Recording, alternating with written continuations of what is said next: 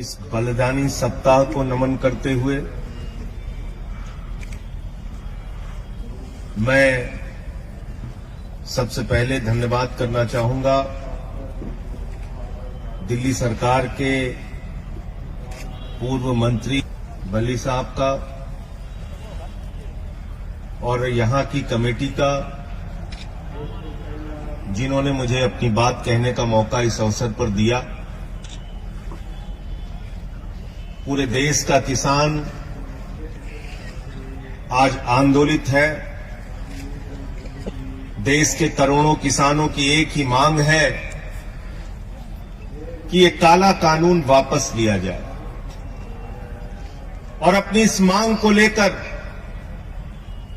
पंजाब में, हरियाणा में, उत्तर प्रदेश में, राजस्थान में, कर्नाटक में, केरल में, तमिलनाडु में, बिहार में, पूरे हिंदुस्तान के अंदर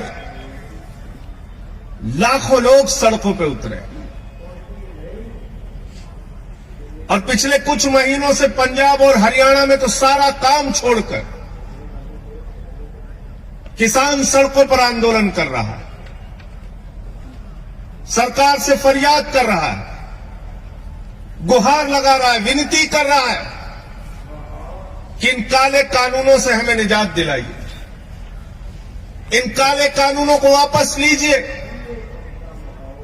लेकिन ऐसी क्या जिद है, ऐसी कौन सी मजबूरी है जिसकी वजह से मोदी जी की सरकार ये काला कानून वापस नहीं ले पा रही? और वो मजबूरी मैं आपको बताना चाहता हूं। जब पार्लियामेंट के अंदर ये बिल आया, ये काला कानून आया, मैंने उसी दिन कहा था ये कानून किसानों के हित में नहीं है, बल्कि ये कानून हिंदुस्तान के करोड़ों किसानों के डेथ वारंट पे मोदी सरकार ने साइन किया है और इसलिए हम इसका विरोध करते हैं। और हमने पार्लियामेंट के अंदर माइक तोड़ा था, मुझे निलंबित कर दिया गया। पूरी की पूरी भारतीय जनता पार्टी ऊपर से लेकर नीचे तक रो रही थी। संजय सिंह ने तो माइक तोड़ दिया, संजय सिंह ने तो माइक तोड़ दिया। अरे आज तो तुम किसानों की हड्डियां तोड़ रहे हो। मुझे निलंबित किया गया तो तुम्हारी सरकार को भी निलंबित किया जाना चाहिए।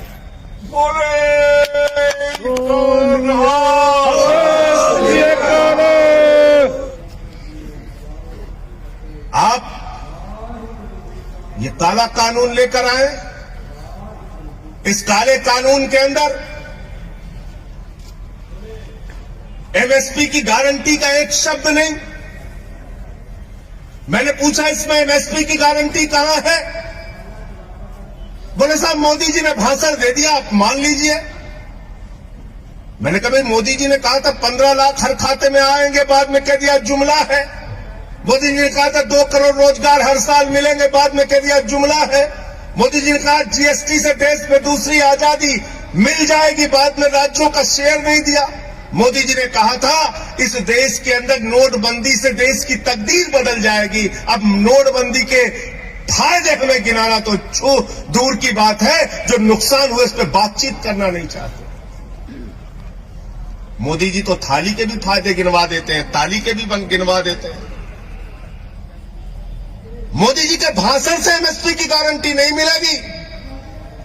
अगर मुझे एमएसपी नहीं मिली, न्यूनतम समर्थन मूल्य नहीं मिला, तो महेंद्र गोयल जी अगर मैं किसी जज के सामने जाऊंगा तो जज साहब कहेंगे कानून में कहां लिखा है बताओ।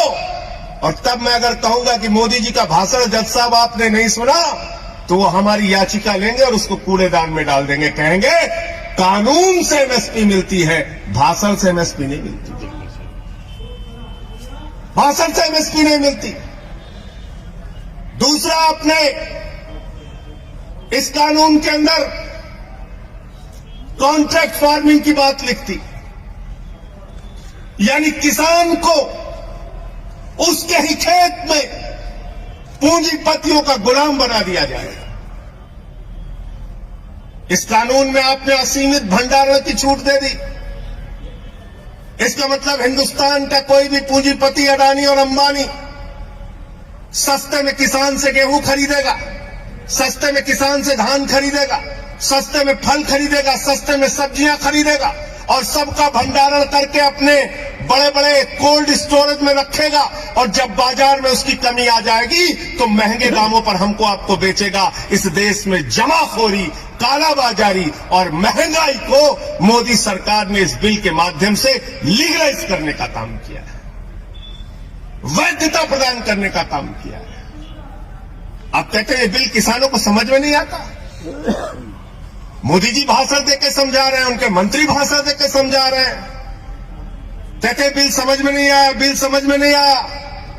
अरे मैं तो ये कहना चाहता हूं किसानों को ये बिल समझ में आ गया है, ये आपकी प्रॉब्लम है।